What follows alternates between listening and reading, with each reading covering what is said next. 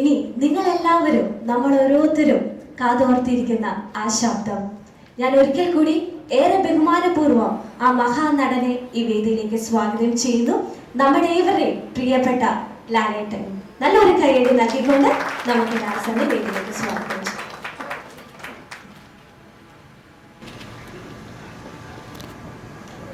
എല്ലാവർക്കും നമസ്കാരം. വളരെയധികം സന്തോഷം തോന്നുന്ന നിമിഷങ്ങൾ.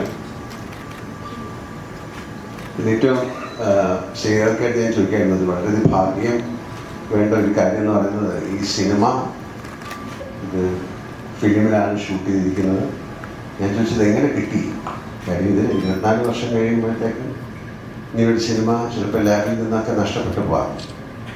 പക്ഷെ അതാണ് ഭാഗ്യം എന്ന് പറയുന്നത്. ആ സിനിമയുടെ പ്രിന്റ് പ്രസാദനുണ്ട്. ഒരുപാട് സിനിമകളുടെ പ്രിന്റുകളില്ല, അതെല്ലാം നഷ്ടപ്പെട്ടു പോകും. ഇതൊന്ന് പ്രോപ്പറായിട്ട് പ്രിസർവ് ചെയ്തിരിക്കുന്നു. അപ്പം അതിൽ നിന്ന് തന്നെ ഈ സിനിമയ്ക്ക് എന്തോ ഒരു ഭാഗ്യമുണ്ടെന്ന് ഞാൻ വിശ്വസിക്കുന്നു. ഇതിൽ പറയുന്നത് ആർക്കോ ആരോടോ എന്തോ പറയാനുണ്ട്. പക്ഷെ ഇപ്പം ഞങ്ങൾ മനസ്സിലാക്കുന്നു, ഞങ്ങൾക്ക് നിങ്ങളോട് എന്തോ പറയാനുണ്ട്. ഈ സിനിമ അത്രയും എനിക്ക് ഏറ്റവും ഇഷ്ടപ്പെട്ട ഒരു സിനിമകളിലൊന്നാണ്. ആസ് ആൻ ആക്ടർ ഇപ്പോഴും ഞാൻ ഇടയ്ക്ക് ഇതിൻ്റെ സിനിമകളിലെ പാട്ടുകൾ കാണാറുണ്ട്. എന്തൊരു മഹാനുഭാവങ്ങളായാലും മറ്റു പാട്ടുകളൊക്കെ ഞാൻ കാണാറുണ്ട്.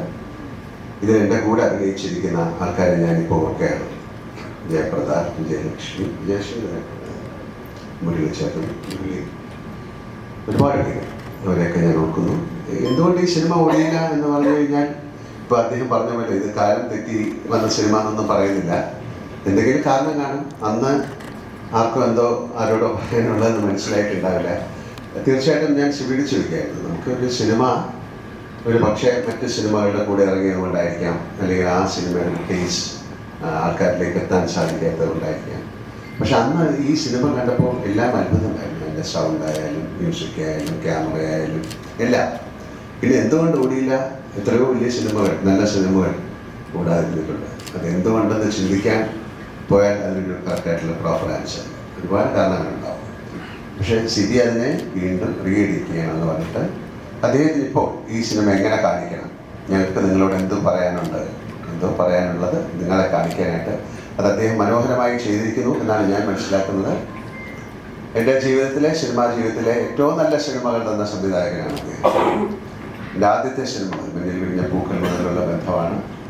എത്രയോ നല്ല സിനിമകൾ. ഇപ്പം എൻ്റെ ഇവിടെ പറഞ്ഞത് സിനിമ, 2 സിനിമകളെന്ന് പറഞ്ഞാൽ സദയം, സിനിമ സദയമാണ്. പിന്നെ സിനിമയെ കുറിച്ച് പറഞ്ഞു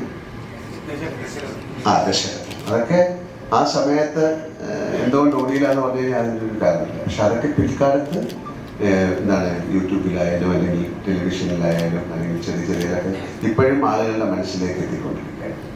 അപ്പം അങ്ങനെ ഒരു സമയത്ത് ഇങ്ങനൊരു തോട്ട് ഉണ്ടായ ആ ഒരു ചിന്ത ഇത് തോന്നിപ്പിച്ച ആ ദൈവത്തിന് ആദ്യം നന്ദി പറയണം. അല്ലെ, ഇങ്ങനെ സിനിമ ഇത് വീണ്ടും നിങ്ങൾക്ക് ഇത് ആളുകളിലേക്ക് എത്തിക്കാൻ സാധിക്കുമെന്ന് ചിന്തിച്ച ആ മനസ്സിന് നന്ദി പറയുന്നു. ഇതിൻ്റെ പുറകിൽ പ്രവർത്തിച്ച എല്ലാവർക്കും ഞാൻ നന്ദി പറയുന്നു. എനിക്ക് ആസ് ആൻ ആക്ടർ ഏറ്റവും വളരെ വേണ്ടപ്പെട്ട ഒരു സിനിമയാണ്. വളരെ അത്യപൂർവമായിട്ട് സംഭവിക്കുന്ന കാര്യങ്ങളാണ്. ഹിന്ദി സിനിമകളൊക്കെ വീണ്ടും ബ്ലാക്ക് ആൻഡ് വൈറ്റ് സിനിമകളൊക്കെ എടുത്ത് കളർ ചെയ്തൊക്കെ വീണ്ടും കാണിച്ചിട്ടുണ്ട്. പക്ഷെ അതുപോലെയല്ല, ഇവിടെ പ്രോപ്പറായിട്ട് ഒരു സിനിമ അല്ലെങ്കിൽ അതിൻ്റെ ഫിലിം സൂക്ഷിക്കുക അങ്ങനെയൊക്കെയുള്ള കാര്യങ്ങളില്ല.